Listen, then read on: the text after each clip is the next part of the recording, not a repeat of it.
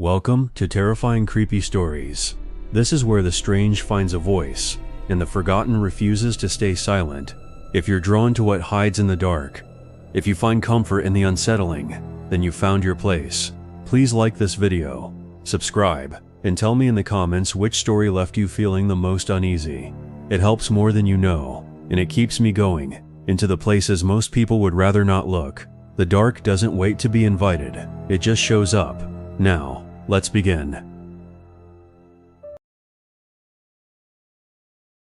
My name's Nathaniel, and back in 1989, I got a job at a graveyard in a small town in Alaska. It was one of those places that barely made the maps. Quiet, buried in snow most of the year, and far from anything you'd call lively. The kind of place where people don't come looking for anything, especially not the truth. I just moved into town, didn't know anyone. The job was basic, maintenance, keeping the grounds clean, trimming weeds, shoveling snow when needed. I wasn't expecting anything unusual. Graves are just graves, right?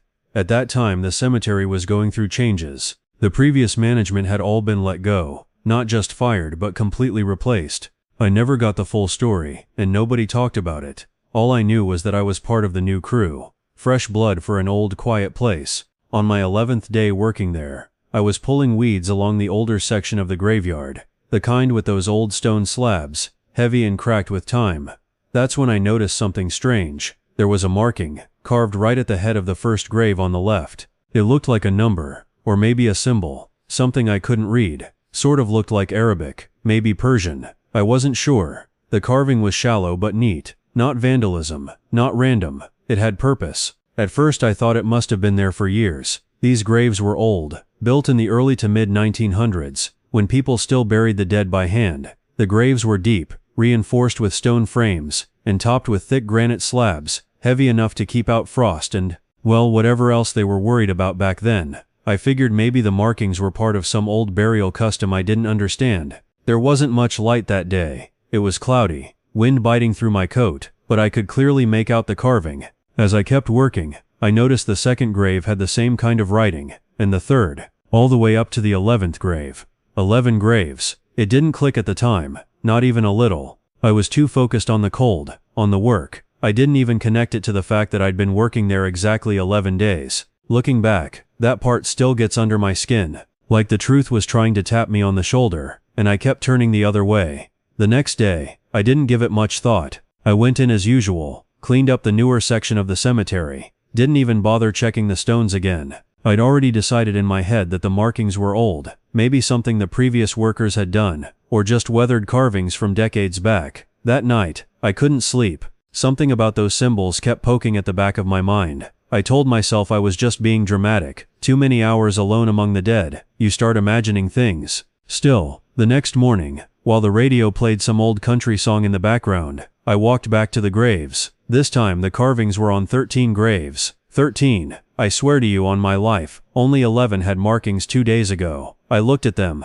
cleaned around them. I remember it like I remember the cold in my boots that morning. These weren't new graves, and nothing had changed structurally, but 2 more had been added. Same strange writing, same shallow precise lines. This time I told someone. The management team, like me, were all new. None of us had been around longer than a couple weeks. I asked them if they'd noticed the markings, or if they had any idea what they meant. Most shrugged it off. One guy joked maybe it was just an old cultural thing we weren't educated enough to understand. But nobody had an answer, and none of them seemed too eager to go look for themselves. The next morning I went alone, and sure enough, 14 graves now, neatly carved. The writing wasn't weathered or faded. It looked fresh, like it had just been etched with something sharp, stone or iron maybe, but it was clean, almost ritualistic. That's when something started creeping into my thoughts. I wasn't superstitious, not then, but I kept turning the numbers over in my head. 14 days since I started work, 14 graves marked. At first I wanted to chalk it up to coincidence, but how many coincidences does it take before you stop calling it that? I went back to the management team.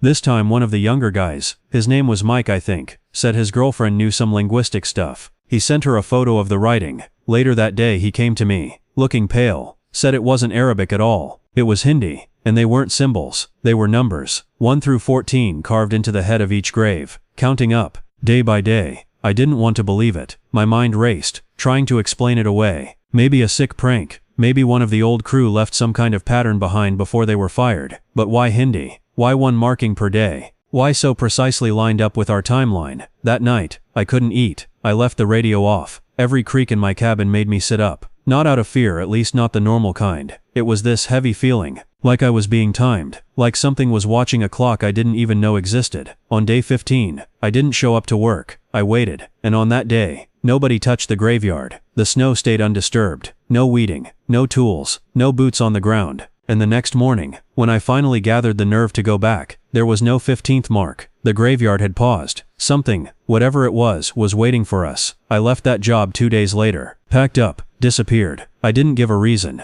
didn't even collect my final check. I just knew I couldn't stay. Whatever was counting, whatever had started the day I arrived, it stopped when I did. I've worked in a few cemeteries in my time, but there was something about that one deep in the Appalachian foothills that always sat wrong with me. The place was older than most, settled into a shallow hill, the headstones leaning like crooked teeth.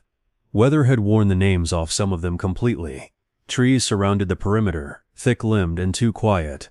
You could stand in the middle and feel like the rest of the world had vanished. I took the job because I needed something quiet, something simple, just maintenance work, 5 days a week. Clean the leaves, trim the grass, sweep the pathways, that sort of thing. The pay was steady, and the graves were mostly old, no new burials for years. No one really visited either, except for one grave.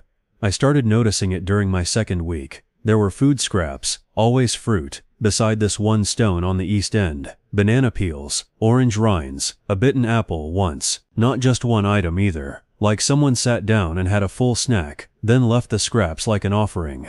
It struck me as odd, but I figured maybe it was the family of the person buried there. Some cultures leave food for the dead, right? Still, something about it didn't sit right. For one, it wasn't a fresh grave. The date on the stone was from the 1960s. The name was mostly faded, but you could still make it out if you squinted. Ellery R. That was it. No birth year, no epitaph, just that name and a death date. October 1967. The grave itself wasn't special, just an old granite slab, the edges chipped, a bit of moss climbing up one side, but the food was always fresh, always fruit, never wrapped or packaged, and it was always messy. Seeds, sticky patches of pulp, flies swarming around by mid-afternoon. I swept it up, muttering to myself about how disrespectful it was to leave trash like that on a grave. Even if it was some family ritual, littering a gravesite felt wrong, but still, I didn't think much beyond that. Not yet. The next morning, it was back. Same grave. This time it was orange peels, still glistening with juice. The air had that sharp citrus tang.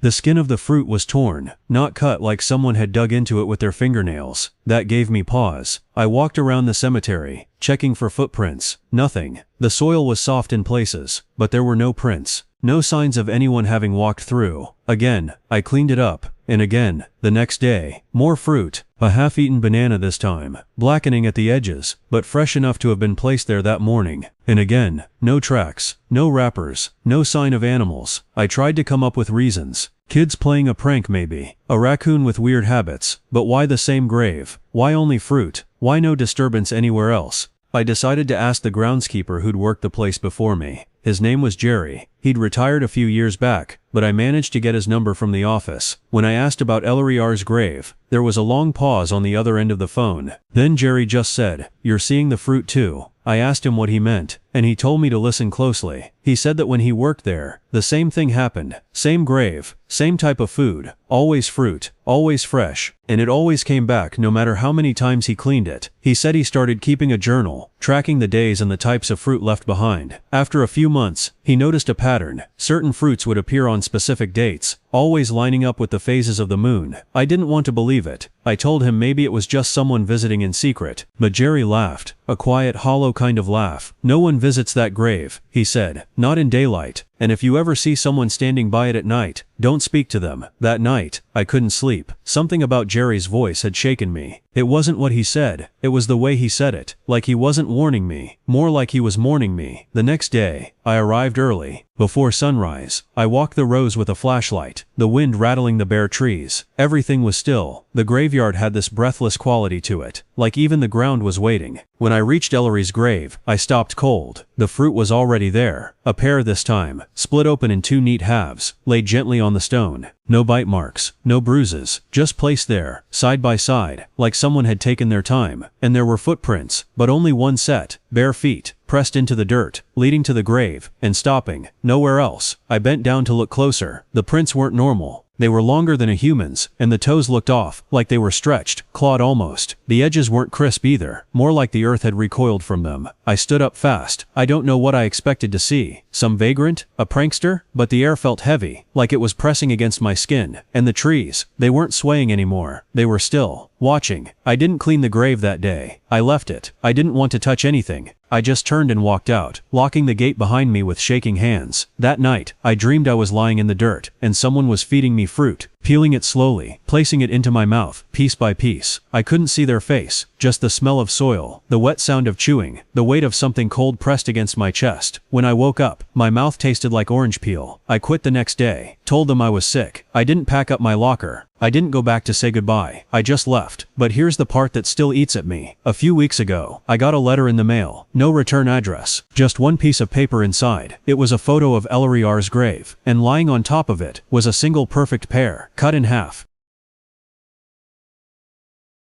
My name's Samuel. I've been working at St. Osyth Parish Cemetery, Essex, since late last year. The church and the graveyard are old. Proper old. Some of the headstones are worn so thin by time you can't even read the names anymore. Ivy coils around the walls, and the whole place has this quiet that feels heavier than just silence. I work alone most days. It's peaceful usually. Cold, damp, but peaceful. It was just after dawn on a Thursday. The sky was pale gray, and the mist hung low over the graves. I was doing a walkthrough, like I always do, checking for foxholes or anything needing attention. I was just about to head back when I saw someone standing near the older section by the western wall, where the moss grows thicker, and most of the headstones lean forward like they're bowing. This person had their back to me, a filthy white robe hanging off their shoulders, dragging along the wet ground. Their skin looked grayish, and their hair was long, tangled, like it hadn't seen a comb in years. The first thing that came to mind was that it might be a rough sleeper, someone who wandered in during the night. That happens, sometimes. But there was something about the way the figure stood, very still, like he wasn't breathing, like even the breeze didn't touch him. I took a step forward and said, "Sir, you all right?" No response, not a twitch, just silence. That's when I recognized the grave he was standing by. The name on the headstone was Edward Craik. He'd been buried about 8 months ago. I remembered the funeral well. It was small, hardly any family. He'd been a recluse, lived out near the woods, and was found dead in his cottage. No foul play, the coroner said, just natural causes. But the man standing there, he looked exactly like Craik, the same long white hair, that hunched posture. Only, how could it be? I took another step, and that's when I noticed the robe. It wasn't just dirty, it was stained, discolored in patches like it had been buried, like it had absorbed the rot of the earth. I said his name, Mr. Craik. The man turned his head slightly, just enough for me to see one side of his face. It was wrong, not wounded, not gory, just wrong. The skin looked waxy, like stretched leather left out in the cold. His eye was sunken,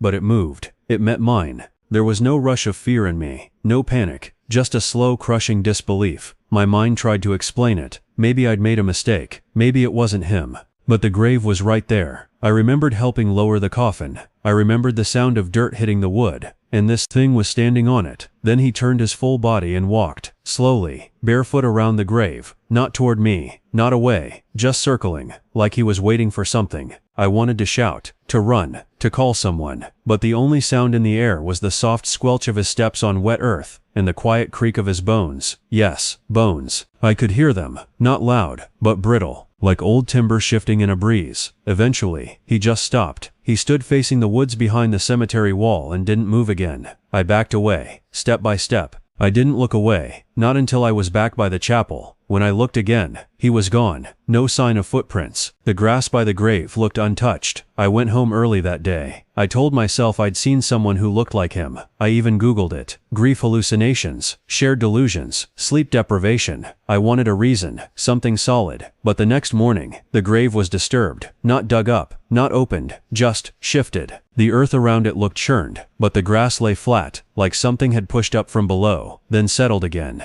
The headstone had a fresh crack across it, And on top of the grave, there were 3 dead crows, no sign of wounds, no blood, just lying there, necks bent at impossible angles. I reported it. Told the vicar. He said foxes, probably. Weather, maybe. Don't let your imagination run, he said. But that's just it. I wasn't imagining anything. I saw what I saw. I heard what I heard. That week, I found the same figure again. This time he wasn't by Craig's grave. He was standing just inside the tool shed. Same robe, same posture. Just standing, like he was waiting for someone to shut the door behind him. I haven't quit yet. I'm still working there. But I don't go near that part of the yard anymore. Not alone. And I don't look too closely at the graves that haven't been touched in years. Because sometimes I think, some of them might not be resting as deep as we think. And every now and then, when the air's still, and the wind dies down, I hear footsteps outside the chapel. Dragging. Deliberate. Like something that shouldn't be walking above ground. Still is.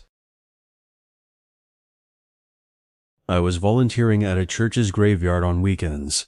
Just a college kid trying to get community credits and stay out of trouble.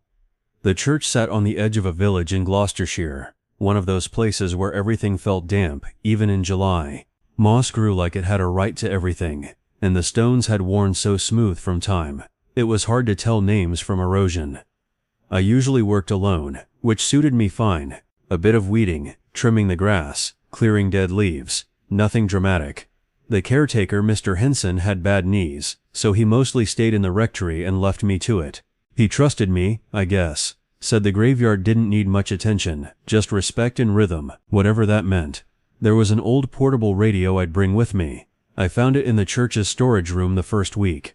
It was dented and yellowed, with a rusted antenna that wouldn't go all the way up. When I first powered it up, it only got static, unless I held it at an odd angle. But sometimes around dusk, it caught this one local station playing old folk tunes and church choirs. I liked that. It filled the space while I worked.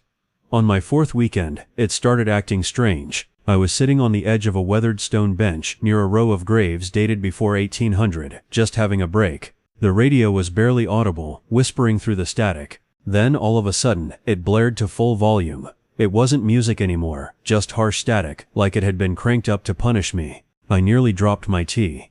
I walked over and switched it off, thinking maybe the volume dial slipped somehow. But 5 minutes later, while I was sweeping fallen twigs from the gravel path, it did it again. Full blast. My ears rang. I walked back, more annoyed than anything, and yanked the batteries out. That should have been the end of it, but it wasn't. The next weekend, I left the radio in the shed and brought my phone instead. No music. Just silence and bird song. I was raking leaves near the south end of the graveyard, closer to the church walls, when I heard the static again. But I knew the radio wasn't on. I'd left it without batteries. Still, the sound was there, faint at first, but growing louder. I followed it. It wasn't coming from the shed. It was coming from the older graves, the ones that hadn't been touched in decades. I scanned the area, trying to be logical about it. Maybe someone nearby had a generator or a CB radio, but this wasn't that kind of sound. It had a strange pulse to it, like it was breathing. Not in a human way, in a mechanical, drawn-out wheeze. That night, I didn't sleep well. By the 6th weekend, the weather had turned colder, even though it was barely September. The trees hadn't started turning yet, but the wind had that stillness that comes before something changes. I was fixing a stone border around a family plot when I noticed something odd on one of the headstones, a scratch that hadn't been there before. It wasn't random, it was a shape, 3 lines, curved like a reversed letter C. I leaned closer. The stone smelled like wet earth, but underneath it, I caught something else, something metallic, almost like rust and blood. I stood there for a long while, just staring at the shape, trying to decide if I was imagining it. Then the radio turned on again. I hadn't brought it. I could hear it behind me, back by the bench, static, loud and rhythmic, pulsing again.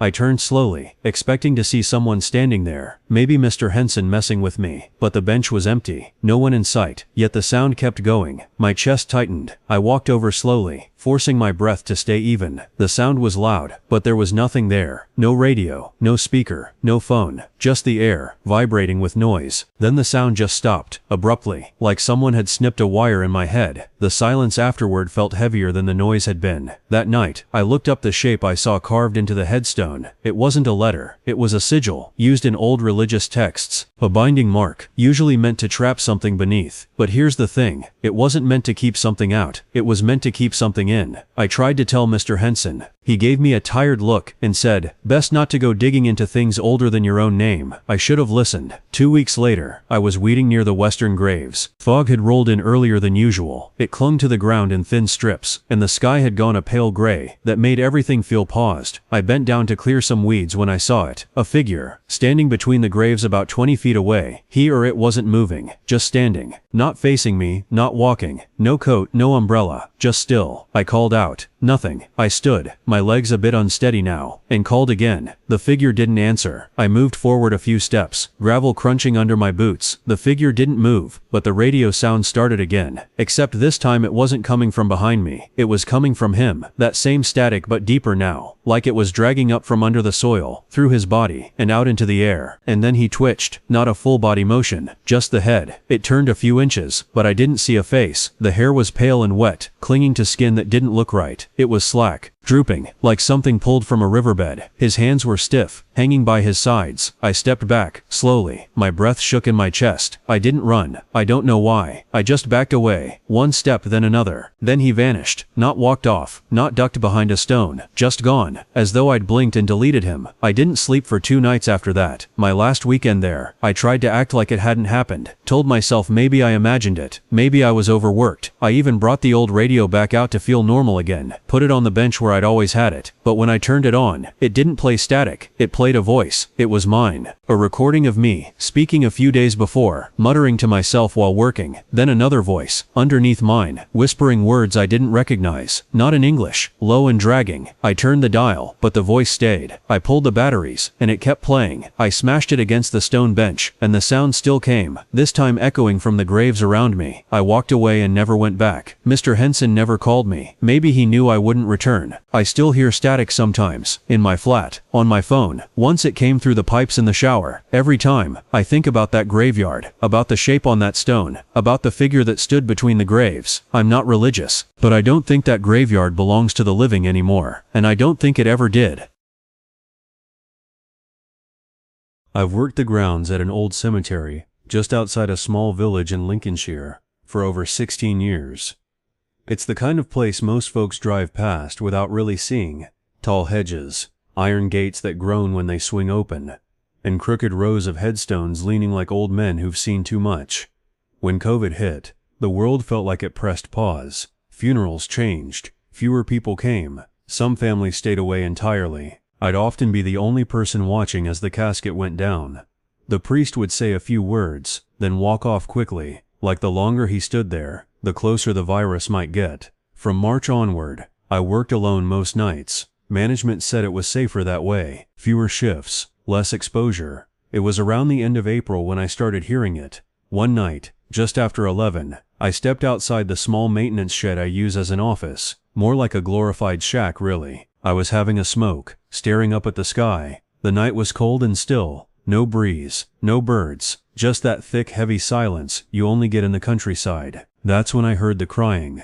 At first I thought it was a cat, high-pitched, soft and uneven. But as I stood there listening, it started to sound more human. Not screaming, not loud, just this quiet, wet weeping, like someone had worn themselves out from sadness. It came from the graves. I didn't see anyone. I walked toward the sound, past rows of old stones, some of them so faded you couldn't read the names. But as I moved, the sound didn't get closer or farther. It was just there, all around, like the earth itself was crying. It stopped before I could place it. I went back inside, and convinced myself it was just the wind. Or maybe a fox. They make strange sounds in the spring. But it kept happening, almost every night, always around the same time, always the same type of cry. There's a particular row, new graves, barely 6 months old at the time, no headstones yet, just wood markers with laminated paper flapping in the breeze. Most of them were COVID burials. No one showed up to visit, no flowers, just names that seemed to vanish into the dirt. The sound always came from that direction.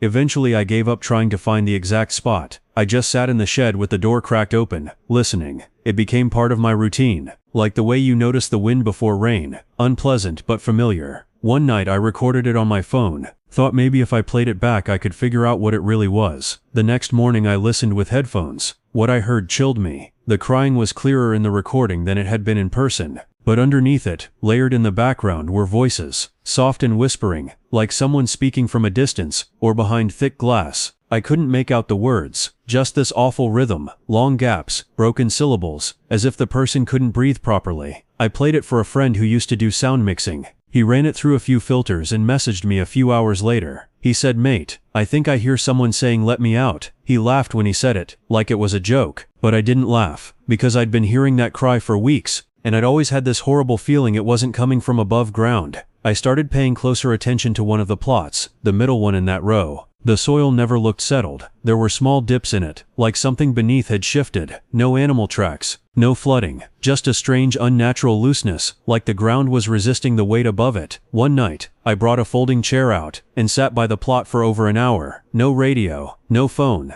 just me, the cold and the quiet. The crying started late, but this time, I could feel it. It didn't just float through the air. It vibrated, low like a hum under my boots, and then I swear to you, the soil right in front of me shifted, like something inside had moved. I turned on my torch, and the center of the grave had dipped, just slightly, maybe an inch or two. I know how that sounds, I do. And if someone else told me that, I'd think they were seeing things, maybe stressed or sleep deprived. But I hadn't had a drink, hadn't missed any sleep, and I was staring straight at the dirt when it happened. I didn't sleep that night. I didn't go near that row for the rest of the week, but the sound followed. I'd hear crying even during the day now, just faintly, like it had gotten bolder, or closer, and once, just once, I heard my name, not loud, not angry, just whispered, from somewhere I couldn't place. It felt like the ground itself knew me. I kept telling myself it had to be stress, that months of being alone, digging graves, watching bodies go into the earth without a proper goodbye, that it had gotten to me. I couldn't bear to continue the job, because I'm getting older, and I don't want to mess up with my mind anymore. I left for my own sanity.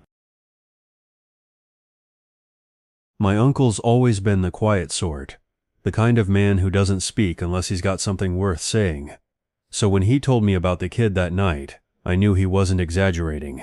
He'd worked night shifts at a graveyard out west, not far from where I grew up. It wasn't a big town, and folks there respected the dead enough to keep away from the place after dark, except around Halloween.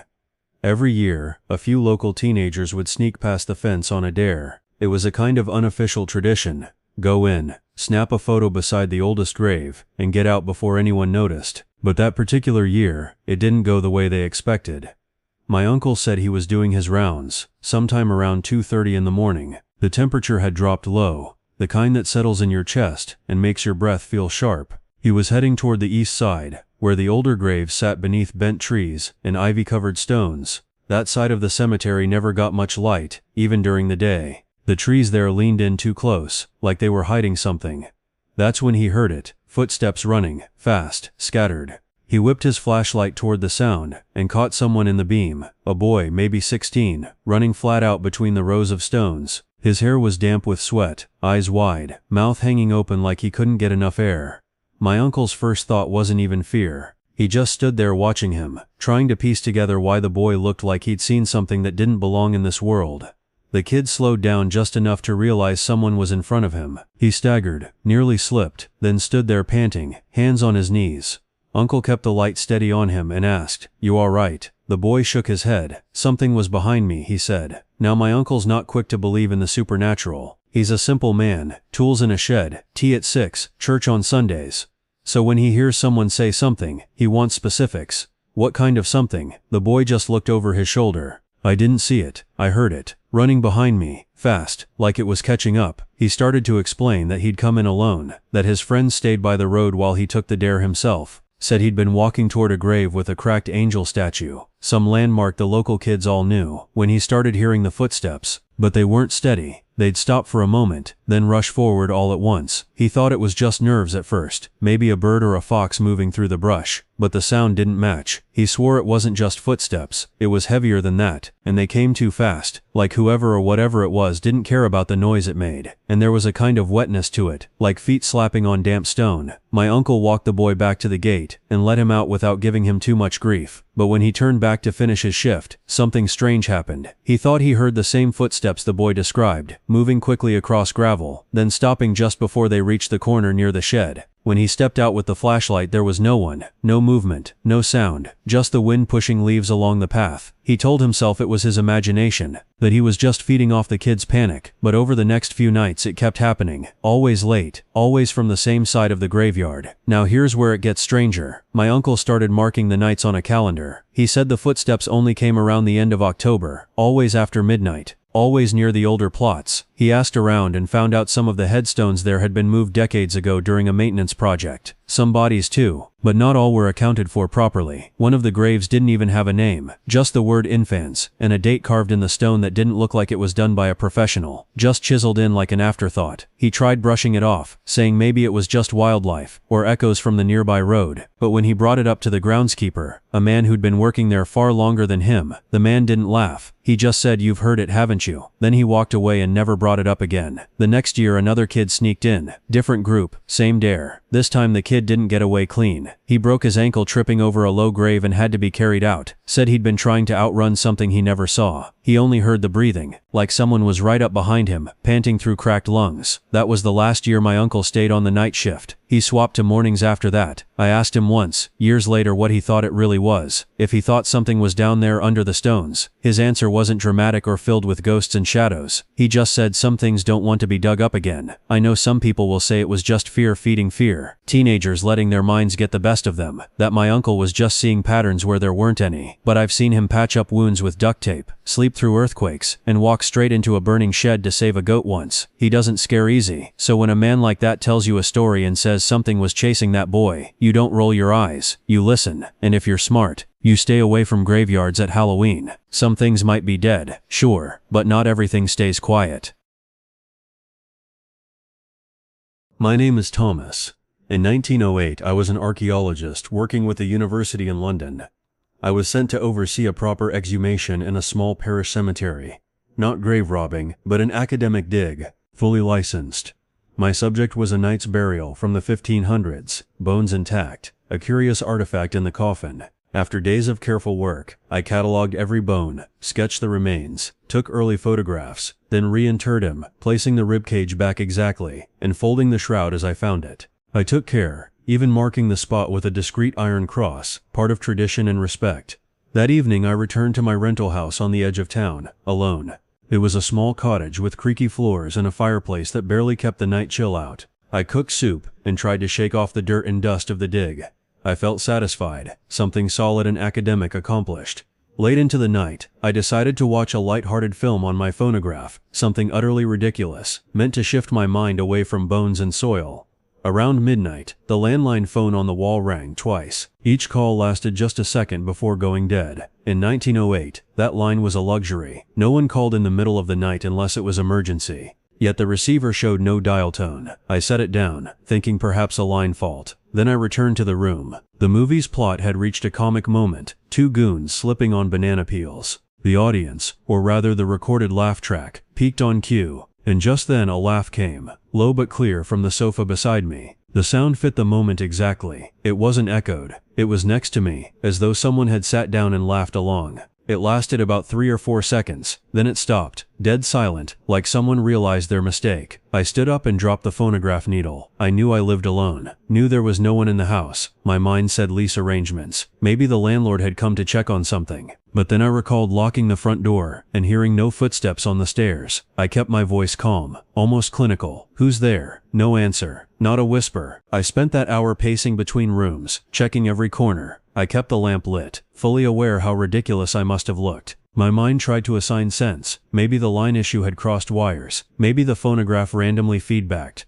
But it was uncanny. The laugh was timed at the same split-second comedy. I called a friend. He had a ranch in the west, and a calm head. He came that same night, fetched me from the cottage. I barely spoke. I left behind the phonograph, the fireplace still warm. In the days that followed, I told myself it was all stress. Digging in shallow graves, handling dusty remains. I needed rest, a decent coffee, fresh fields. But the memory of that laugh didn't fade. I didn't witness anything else. The house showed no sign of tampering, yet I felt watched. When I lay in bed, I'd sometimes catch the edge of laughter in my ears, just the tail end, or maybe a shifting shadow near the sofa. Friends told me ghosts don't intimidate polite men who give them courtesy. They said academic curiosity wasn't a crime, and I agreed with that. but none of them had exhumed a body and put it back. I had. Somebody else took that as disrespect. I told myself it was medieval superstition. I tried to focus on upcoming work in the archives, but one detail lingered more than the laugh. The line had rung twice, then died both times, and no sound came from the gramophone speakers except from the sofa. So I left the cottage. I moved back to London, never returned.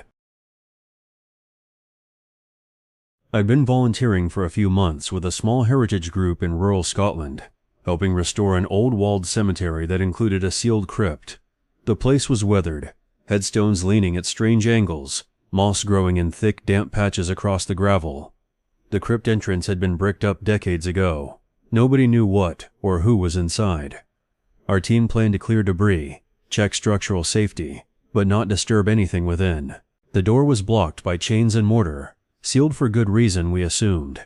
One cold morning, as a soft mist drifted along the ground, I was inside clearing littered stones near the crypt's base. My gloved hand brushed against something metal in a shallow groove in the wall, a ring of old keys, maybe a dozen, hanging on a slim iron hook. It made no sense. The entrance had been shut for decades. How could keys have ended up inside? Where had they come from? They were heavy, mismatched, a big iron ring holding everything from small brass to rusted skeleton keys. I slipped them into my pocket, thinking I'd show the team later and we'd properly log them. That evening, I took them home. The house smelled of wet wood and the fading remnants of old fireplace smoke. My dog Fergus, a calm Labrador, met me at the door like always. Normally he'd nudge his favorite toy or wag like mad, but that night, he stopped short when I walked into my study. He wouldn't come in, he just stood there, ears forward, tail low, as though something inside unsettled him. I dropped the ring on my desk. It clanked. Fergus jumped at the sound, bared his teeth, and slowly backed away. I figured maybe the metal spooked him. Dogs are odd like that sometimes. I picked up one of the keys, a thin bronze one, and examined the notches. Nothing like any of the locks I'd seen at the cemetery. I laid it beside my notes. Fergus didn't follow me into the room again. I closed the door behind me, listening for his usual whine. Silence. That night, I dreamt of locks turning, but no doors opening, just the same metallic clatter, over and over again. The next day, I went back to the cemetery. The fog still lingered in the hollows of the graves, and the crypt looked darker than usual in the weak morning light. I met up with Mara, another volunteer, and showed her the keys. She ran her thumb along one and squinted. "These don't match anything we've got," she said. "And this one, see the pattern? Late 1800s maybe, but definitely not from around here."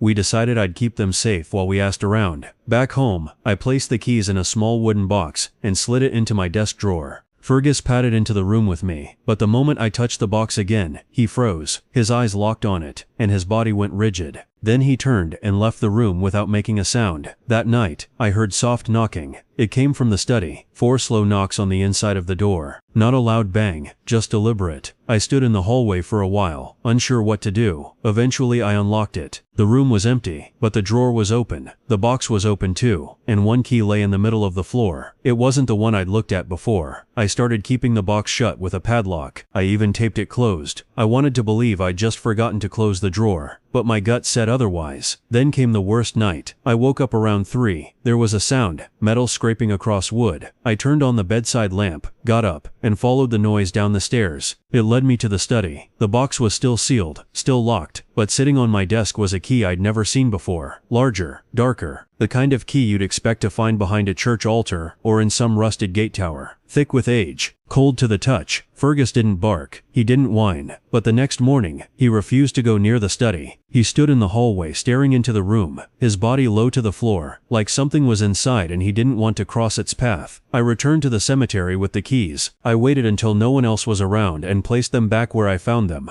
hooked on the wall, inside the crypt's outer ledge. I stepped away, sealed the crypt panel again, and left without saying a word to the others. Back at home, Fergus followed me into every room. I slept well that night. It was April, and I just started the second month of night shift at Meadowlark Cemetery, perched on the edge of a small Montana town. The ground was still thawing. Clods of earth stuck to my boots even after I brushed them off. My job was simple. Keep the grounds undisturbed, check the new plots, watch the perimeter fence. Overnights were quiet. Just me, the moon, and old headstones sleeping under thin grass. One evening, As I passed by a pile of recently excavated dirt, left over from a morning burial, I heard a soft tapping, like someone running their fingernail gently along the underside of a lid. I stood still, listening. The sound came again. Tap, tap, tap, like some small creature scratching at the soil's underside. I knelt down and pressed my ear to the mound. It went silent. Stiff cold dust hit my cheek. Groundwater maybe. No hollows, no tunnels, just packed earth, no footprints, nothing. I shrugged it off, told myself I'd imagine things. Wind, maybe a rabbit. But the tapping persisted. Every night around 2:17 a.m., always when I walked past that mound, always beneath it. I tried different paths around the cemetery, but it followed. I'd detour a couple of rows. Tap. I'd circle back. Tap. It didn't echo. It sounded right under that soil patch. I even dug a skinny trench around it, to see if anything lived underneath. Just roots, in wet clay. Professional instincts said logical. Roots flexing from cold moisture, but my gut whispered otherwise. After 2 weeks the sound changed. It began to shift. At first slow taps, then quick flicks, as if something small had begun running, pacing, scratching more aggressively. It woke me up earlier, made the hairs on my scalp prickle. I started dreading that one corner of the yard. One night, I think it was the 21st night, I didn't hear the tapping. I was ready to breathe easy. I left the patrol unfinished, heading back to the guard shack. That's when I heard something else. Light patters on gravel, footprints jogging, on the path, coming closer. Before panic caught me, I whipped out the flashlight. I swung it around the headstones, like a madman. Nothing. No silhouette, no flash of movement, just tall grass quivering where the beam passed. The patter stopped a few feet away. Silence again. I leaned forward, straining my ears. Then I heard it. Tap, tap. But this time, it wasn't from under soil. It was from behind me, from the fenced area near the old cast-iron gate. I stepped back until the flashlight reflected off metal bars. I swung the beam through the ironwork. Nothing, except a set of footprints. Children's footprints. Bare, small, like a 6-year-old. One print after the mound of soil, then another, leading in wide arcs among the graves. Then, nothing. Just a final footprint next to the mound. No exit path, no broken grass. As though the child stepped into a hole that wasn't there. My mind raced. I tried to think rationally. Maybe construction workers who cleaned the site. No, they wore boots. No records of child visitors. And no child should have been there at 3 a.m. I stood there in the dark, tracing those prints with my flashlight until my arm burnt. I scooped up a thin layer of soil from the mound, and shone the light on it. A single shoe impression, the opposite print, so small it barely covered a cinder block. The mound was 90% solid now. Shifting it again would have been a chore. I retreated to the shack and logged it. State incident report. Call the supervisor. He dismissed it as rodent marks and shadows, and told me not to let it spook me. But I wasn't letting it go. The next night, I went prepared. I carried a camera, even brought street clothes to blend into town if I had to make a run. I stayed on site until sunrise. At 2:17, like clockwork, the first distinct tap came. I watched the mound. Then something moved at ground level, a thin pale shape like a half-buried finger. I got closer, saw soil caving in, like something pushed upward. I got the camera ready, but before I could snap, it stopped. The soil supplanted itself like a curtain drawn. Tap, and silence. Then I turned around and saw them. Small footprints stepping around the mound's perimeter, fresh and black against the early morning dust. I circled. The footprints cut through grass, grabbed edges of stones I'd brushed past earlier. They were everywhere, and nowhere. And they led to the iron gate. They stopped at the gate. No prints beyond. I felt a coldness line the fence, like the air had weight. I left at dawn. Packed my stuff in one bag and dropped the camera for processing. But when I drove off, I felt the mound was still breathing, like it hadn't finished with me yet. I quit that July. I handed in my uniform, left my boots. They tried to tell me it was nothing, just underground frost heaves, small animals, normal things. Maybe they're right. I've never returned. But those nighttime shifts left something lodged in my mind. I still see the faint smudge of small prints in my dreams, like someone walking inside a wall, toward a mound that keeps its secrets. And whenever I pass a fresh grave, I feel drawn to lean down and listen, hoping, waiting, wondering if tap, if it'll answer back. My father died in the spring of '86. Stroke. Sudden.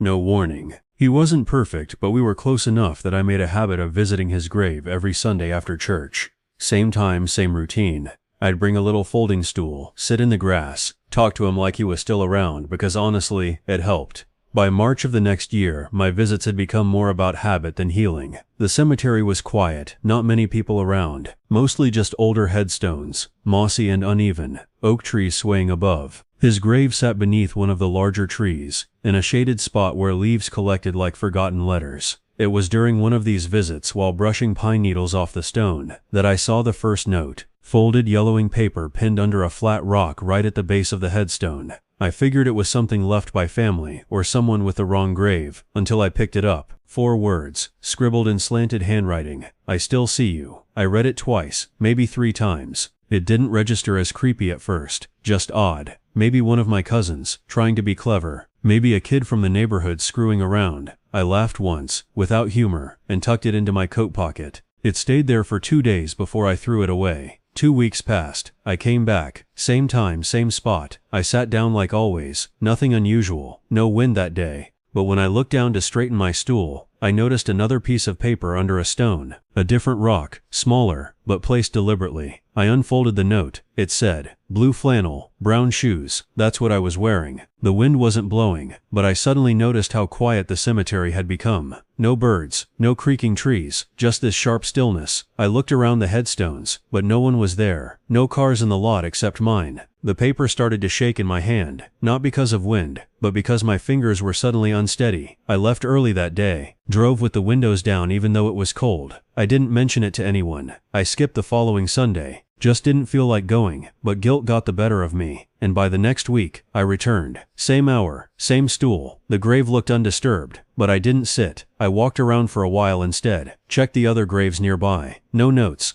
No signs of disturbance. It was only when I returned to my father's stone that I saw it. Another paper, this time carefully wedged between the upper edge of the stone and the root of the oak behind it. Like someone wanted it found but not by accident. I opened it. Why did you miss last week? I stood there a long while. I didn't sit, didn't talk. I just left. No goodbyes. I couldn't find a rational way to explain that note, not unless someone was watching me every Sunday, taking mental notes and getting bold. I didn't go back for nearly a month after that, and then, because I felt ridiculous, I went again. I told myself it was paranoia, that I'd somehow missed signs of a watcher, maybe a drifter who lived nearby. I even checked for cameras on the way in. Nothing. The graveyard didn't have security, no groundskeeper on site during weekends. But there was another note waiting. This one wasn't hidden under a rock. It was sitting upright on the headstone, perfectly balanced. You came back. Good. That night, I didn't sleep. I kept replaying those words, trying to decide if it sounded threatening or relieved. But something shifted inside me, that kind of personal tone, not a taunt. It read like a message from someone who knew me. I didn't visit the grave for 2 months after that. In June, I got a letter in my mailbox. No stamp, no return address, just my name, first and last, written in the same slanted handwriting as the notes. I opened it slowly. Inside was a piece of plain white paper, just one sentence, "You're not done here." I sat down on the kitchen floor and just stared at the wall. My chest felt tight, not like fear, exactly, but like something had moved into my life without permission. And the worst part, a tiny part of me felt guilt, like maybe I had abandoned something that relied on me. I went back the next morning, bright daylight, cars in the lot, birds chirping, everything looked normal. No note, no rock. I sat anyway. I apologized out loud, felt stupid doing it, but I meant it. I said I didn't understand what was happening, but that if someone needed help, they should talk to me directly. I stayed for almost an hour. When I left, I glanced back one last time. There was a folded piece of paper sitting where my stool had been. I walked back slowly, legs heavy, like my body didn't want to know. I opened it. I'm trying. I never figured out who wrote them. I even asked a pastor, weeks later, if anyone else ever reported strange happenings around that section of the cemetery. He just shook his head and asked if I wanted him to pray over the grave. I said yes. He did. After that the note stopped. But to this day, I still catch myself glancing over my shoulder in parking lots, wondering if there's someone or something still watching. I haven't gone back to my father's grave in years. Maybe it's guilt, maybe it's fear, but every once in a while, I wake up from a dream where I'm standing at his grave, alone, and I hear footsteps behind me, then a voice, "I still see you," and in that moment, I'm not sure whether it's a threat or a reminder. I'm an amateur genealogist. I'd picked Vermont for its 19th century family records, small cemeteries, old stones. One afternoon I was photographing headstones for a local historical society. The sun was low and soft, shining through golden maple leaves. The cemetery felt peaceful, quiet except for rustling branches and my camera shutter.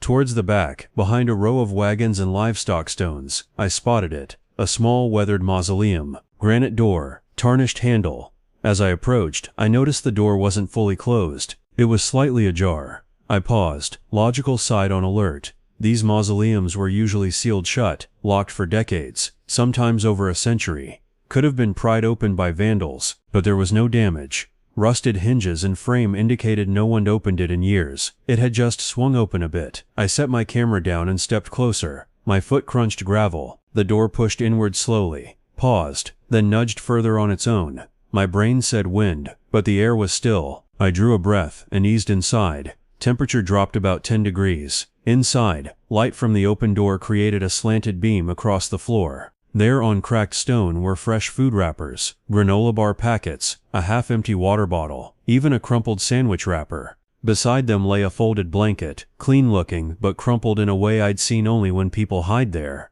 My heart sank in real terms, not theatrical fear, just the recognition I hadn't expected. Someone was using this mausoleum as shelter, a homeless person perhaps. Rural Vermont, cold nights, old cemeteries, they make sheltered places. Still, I felt echoing guilt along with surprise. Of course people need shelter. I stepped out, closed the door manually. It resisted, but I nudged it shut, so that nothing light could get around the edges. I climbed into my car to tell the caretaker, expecting to find the place secured soon. The next morning, anger escaped me in the form of relief as I drove back. I noticed the mausoleum door was locked, a fresh padlock, secure. And the stone looked slightly crisper, like someone had cleaned around the edges. No wrappers, no blanket. Vendetta for trespassers, maybe. I shook it off, and picked up the camera to finish photographing records. On my way back, past the mausoleum, the door was open again, just a crack like before. How had someone relocked it without breaking in? Inside, the food was gone, no wrappers, clean floor again, but the blanket, it remained, folded, neat. I touched it. Faint scent of laundry soap, not mildew. Then a shiver passed through me. This wasn't a hiding place. Something about it smelled too precise. I thought maybe a caretaker had found it there, moved it, relocked. But why leave the blanket? I left again, but dread lingered as I continued shooting gravestones. By evening, I couldn't shake the idea someone else had been inside while I worked, someone following me that day. Next day, I didn't visit at sunset. I arrived at noon instead. No one else was around. I approached the mausoleum. The padlock was gone, but the door was fully closed. Not just slightly pressed, but firmly shut, hinge locked tight. Uneasy, I pressed my camera lens to the glass peephole in the door, if it had one.